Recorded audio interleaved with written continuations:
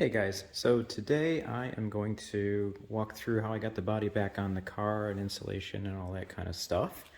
But first, someone was asking about the hinges on the front of the SLC, so I wanted to just show you that really quick. So this is obviously coming in from the back angle, but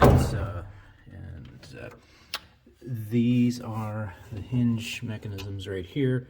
So this is made out of 1/4-inch aluminum plate with a spacer back over here, which is, I believe, 1.5 inches to space the hinge out from the front extension on the chassis. Just drilled some lightning holes in it, and used some steel oil impregnated bushings with just stainless machine screws through it for the hinge mechanism. Another piece of 1/4-inch plate to make up the other side of the hinge, and then the fiberglass from the body right here is sandwiched between an 1/8 inch backing plate just to give it a little bit of rigidity. One of the other things I did was all my body spacers. These are just Delrin 1.5 or 2-inch Delrin rods that I cut down for body spacers all over the place. I just silicone those down just to make it easier to hold them in place while I'm putting the body on and off. Added plug for the end of the wiper mechanism, just because getting to those screws is such a pain in the butt with the thing on there. I figured down the road when I go to change it, that'll make the job a lot easier. Let's see, and then just added a little bit of Dynamat kind of in various different places. But so sealing wise, I added some foam seals around the back here where the body seals to, and then here was kind of the big part. So this was open before.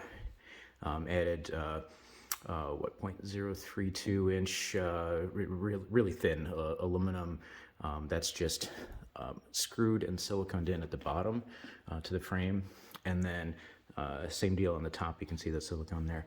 So it's just made to fit this gap. Folds over, and then got silicone, and the riv nuts actually go through the aluminum as well. So the whole thing is sandwiched together into one piece. If I ever need to remove it, obviously it's just as simple as drilling out the riv nuts and kind of peeling out the silicone. Same deal on the bottom, so it's not going to be a big deal to remove. Added a filler, a small, same aluminum filler to the back. These are more body panel, more body spacers. And then along this edge here, this is where the, I'm not going to open it right now, but you can see the bottom edge of the door on the other side, the kind of inner panel of the body. This groove is where it sits into. So I just put a small, it's like 1/4 inch by 1/8 inch or something like that, foam seal, just to help that seal up a little bit better. So nothing huge there, but all little things that will help the noise and sound and smell and all that kind of stuff. In the back, just added more Dynamat on the firewall. Did a better job of caulking under that panel, between the panel and between the firewall panel and the body. And now we're going to go ahead and actually raise up the chassis into the body again to get that remounted.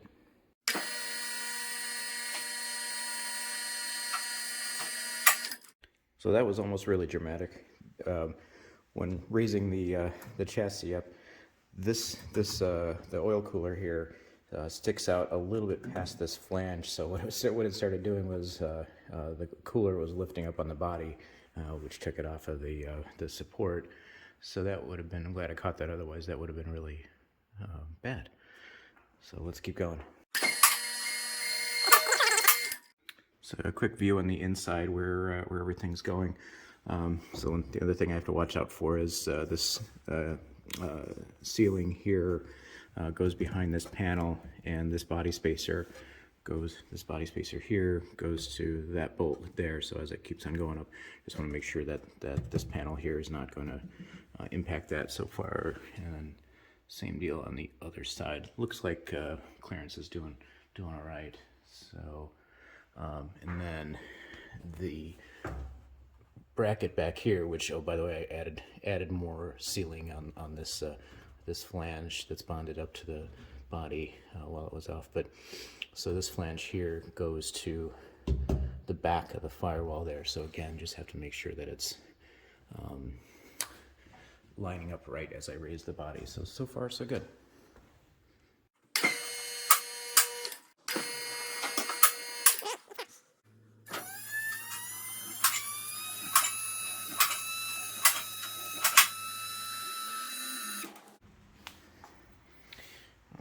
So, a couple things noticed. So it's actually sitting a little bit back from the spacers here, so the body needs to go a little bit forward, which is fine. I did notice that, as you can see, the top didn't drop down all the way. It's actually getting hung up on the bracket there, so I just need to shift that and kind of pop it back down into place. But otherwise, it looked like it lowered on pretty well. Nothing broke. Most importantly, the windshield didn't crack, because that was always one of the big risks there. You can see the tow hook hole lined up pretty well. I just need to shift, obviously, the body over and get everything centered over the holes. You can see the like down in here, the body holes aren't quite lining up, but that's fine. I can just shift the body around. So we'll do that next. Get everything all straight, so I can then get the bolts back in and start tightening it up. So in addition to the top bolts in the body, you also have the side skirt that then bolts up through the chassis into the body here. So through the floor pan, you've got the I'm just using 1/4 inch screws up through the skirt into the side pan, or the side extension of the body pan, and then up into the flange on the body that has rib nuts with backing washers on them. So that basically just tightens up the bottom a bit. Everything is installed. I've got Loctite on the bolts, so the body is back in place. Okay, so just about ready to get the interior back in. I've got the firewall all sealed up, fireproof expandable foam, a bit of silicone in the small spaces to fill in all the gaps. A good trick is to put like the drop light behind the panel so you can see any light spots through. So did all that, and same deal in the front, underneath the dash here where the front of the body attaches. So same deal, expandable foam, and then I've got a piece of foam weather strip in the very front of it to block that off. So now you can see a little bit better the holes here, and where are they? There and along the front. Those are for basically more vents that go down into the footwell. I just have that piece out right now for better access. So and then just trimmed off the excess foam around here. Still need to clean that up a bit. But now we'll put the rest of the interior in and we'll be ready to drive again. Okay, so it is all back together now. I've got, let's see, I'll kind of start from the front. I had previously put on the canards over here. They're just screwed in from the back. Got the headlight covers on. Have the inner fenders trimmed out. I still need to put the light covers on. Have the side windows in. These are the tinted ones that RCR just started offering. And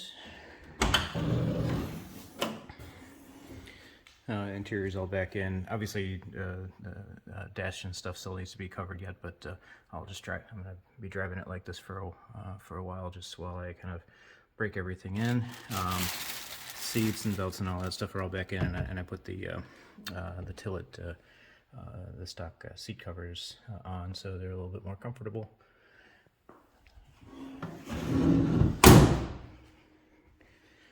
I have the rear glass in with the hole cut out now. Actually turned out better than I was afraid it was going to look completely like crap, but turned out better than I thought. Probably still not ideal. At some point I might change it, but once I get these the inner edges of the cut kind of cleaned off, or there's still a little rough cut right now and not polished off, that'll look quite a bit better. But yeah, that's about it. Still need to do the rear inner fenders. I'll do that later because I want to drive it. So that's what I'll be doing this weekend. Pop the wheels back on and get it back on the road.